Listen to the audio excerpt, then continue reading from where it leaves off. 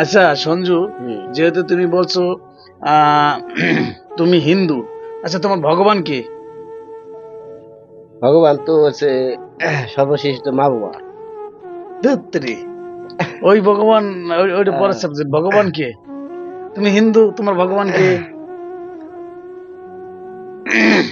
দর্শক, আমার খুবই কষ্ট লাগে, আজকে মুসলমান ভাইদের যদি বলা হয় তোমার সৃষ্টিকর্তাকে, তোমার ভগবানকে, ওরা এক ডাকে বলবে আল্লাহ। ডাইনও তাকাবে না, বায়ও তাকাবে না। যদি খ্রিস্টানদের বলা হয় তোমার ভগবানকে, তোমার সৃষ্টিকর্তাকে, তারা এক ডাকে বলবে ঈশ্বর, অথবা বলবে যিশু। মানে ঈশ্বর বা যিশু ওরা এক সরাত করে বলে ফেলা, ডাইনে আর বায় ভাববে না। কিন্তু দুঃখের বিষয় অন্যান্য জাতি আছে, তাদের এরকম বলবেন, তারা একভাবে এক ডাকে বলে দেবে, মানে সেকেন্ডের ভিতরে বলে দেবে তাদের সৃষ্টিকর্তাকে, তাদের ভগবানকে। কিন্তু আশ্চর্য বিষয় এই যে আমরা হতভাগা একটা হিন্দু জাতি, আমাদের যদি বলা হয় তোমার ভগবান কি, আমরা বিভিন্ন চিন্তা করি যে আসলে আমাদের ভগবান কি।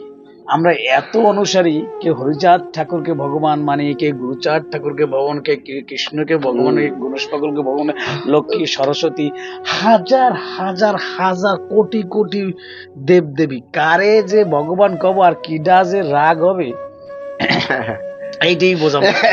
এই জন্য আমরা খুবই হতভাগা, আমাদের ভগবানকে আমরা এক ডাকে বলতে পারি না।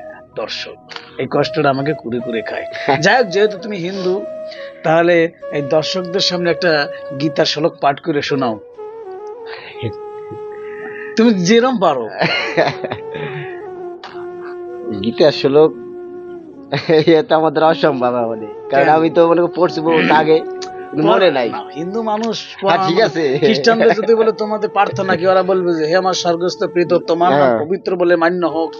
আর মুসলমান ভাইদের বলে কি বে, এই বলবে এই ওদের বিভিন্ন সূরা আছে, সরাত করে বলবে, বললে ফেলা।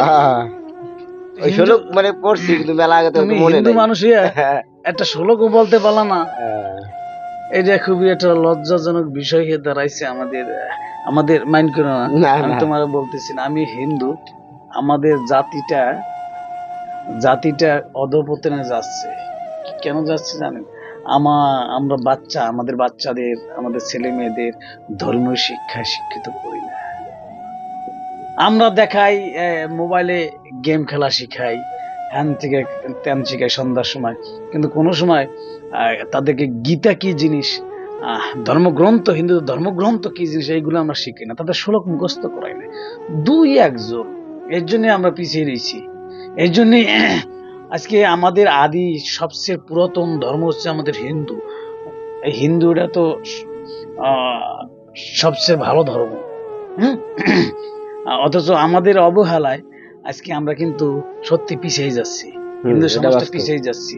আমাদের কালচার, যে কালচার গুলো, সেই কালচার গুলো নষ্ট হয়ে যাচ্ছে। সন্ধ্যার সময় আমার মায়েরা উলুধ্বনি দেবে, প্রদীপ জ্বালাবে, সেইগুলো এখন কিন্তু হয় না। সন্ধ্যার সময় তারা বসে সেই স্টার জলসা, সেই পাখি নাটক, বিভিন্ন দানাই পানাই দিয়া শুরু করে, এই দেখছ সমস্যা। যাই হোক, তুমি যেহেতু সাক্ষাৎকার দিছো, খুবই ভালো দিছো, এই জন্য তোমাকে থ্যাংক ইউ। তুমি একটু বলো তো এই চ্যানেলটা একটু সাবস্ক্রাইব করবেন, এই চ্যানেলটা একটু সাবস্ক্রাইব করেন। ওকে সম্মানিত দর্শক, পরবর্তীতে আবার দেখা হবে, সে পর্যন্ত ভালো থাকবেন।